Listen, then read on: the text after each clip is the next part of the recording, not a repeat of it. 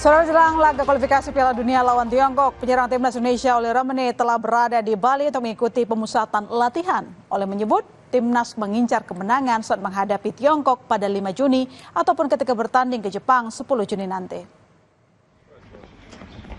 Striker yang sudah mengemas 2 gol bagi timnas Oleh Ramene sudah tiba untuk mengikuti pemusatan latihan timnas.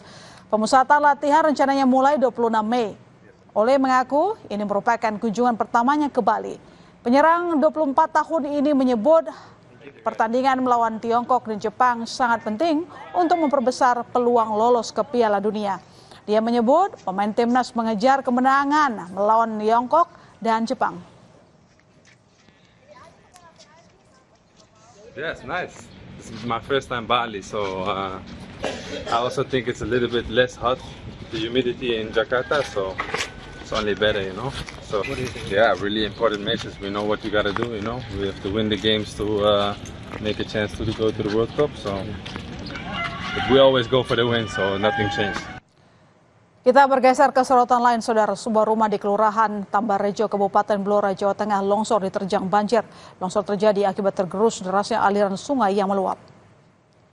Rumah warga di Kelurahan Tambarejo, Kabupaten Blora, Jawa Tengah ambruk usai tanah longsor diterjang banjir. Rumah rusak di bagian dapur dan kamar mandi. Warga berharap agar pemerintah segera membangun tembok penahan atau turap agar longsor tidak merembet ke rumah warga yang lain.